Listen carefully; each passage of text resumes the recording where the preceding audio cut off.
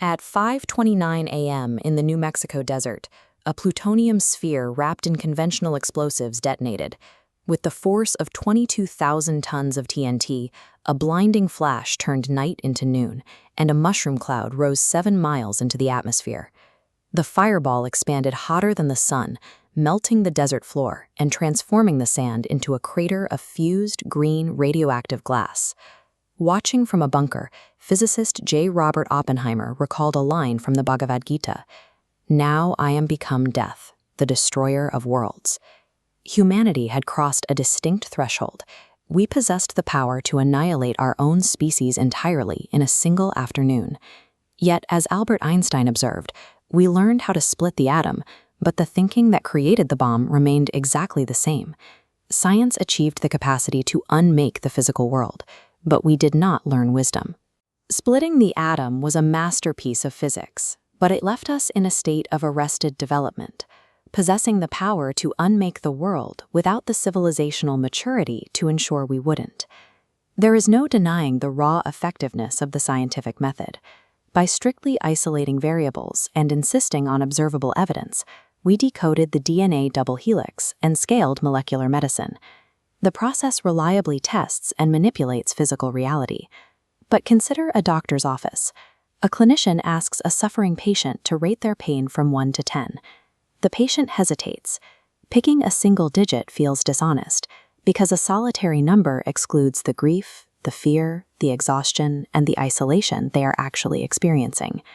The medical form provides a neat box for the data point, but the human suffering does not fit. This is where a purely scientific worldview hits a strict boundary. It produces precise measurements of isolated parts, but struggles to capture the irreducible context of a living whole. When we assume reality is purely physical, we rely heavily on reductionism. Think of this as microscope vision.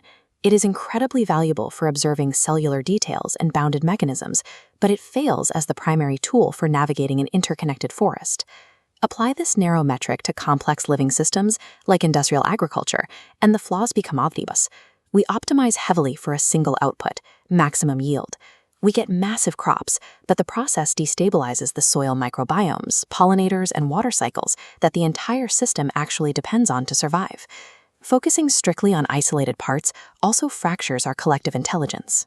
We produce experts with immense, highly specialized depth, virologists, economists, psychologists, but they lock their insights inside impenetrable silos.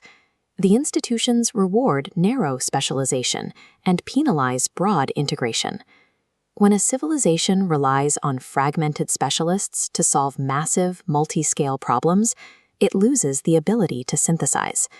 Without integration, our responses to complex systemic crises break down. We can see what happens when extreme reductionism and fragmented knowledge collide with the vulnerabilities of human biology and the financial incentives of corporate power.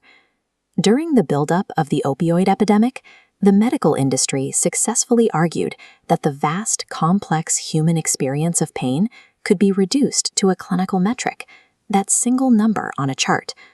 By isolating the biological symptom, they prescribed aggressive pharmaceutical treatments while discarding the emotional and social context of the patient. This dynamic highlights institutional capture. Scientific research exists inside an economy. When private profit and corporate funding dictate the questions being asked, they distort biomedical outcomes and twist the objective truth-seeking process. The result was a public health disaster. Corporate funding shaped the evidence, accelerated the publication timelines, and bypassed vulnerable regulatory systems. The scientific industrial apparatus was effectively weaponized against the public. By stripping away the human element to serve a narrow metric, the institutions stopped seeking truth and started producing casualties.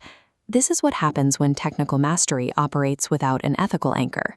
This systemic failure extends inward, decaying the very bedrock of scientific verification. Look at this chart representing hundreds of published scientific findings in fields like psychology and medicine. When independent groups attempt to reproduce these results, many fail to hold up. Incentives prioritize novelty over verification. The pressure to publish or perish rewards selective reporting and publication bias. Consequently, major foundational studies crumble upon retesting. If science cannot reliably verify its own internal truths, the shared layer of knowledge that civilization requires for coordinated action begins to weaken. Trust erodes, and the institution drifts away from actual truth-seeking toward pure career maintenance.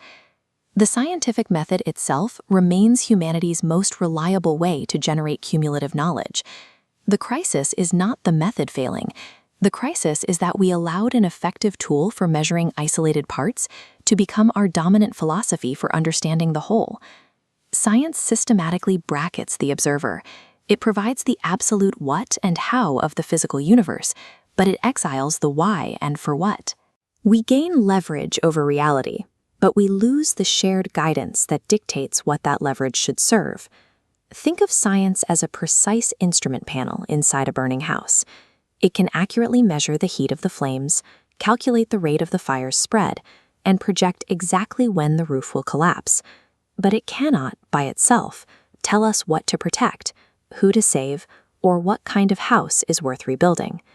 We have built a civilizational engine of supreme power, yet we have hollowed out the ethics and meaning required to steer it. When our way of knowing becomes completely separated from our way of caring, our most impressive tools eventually threaten our survival.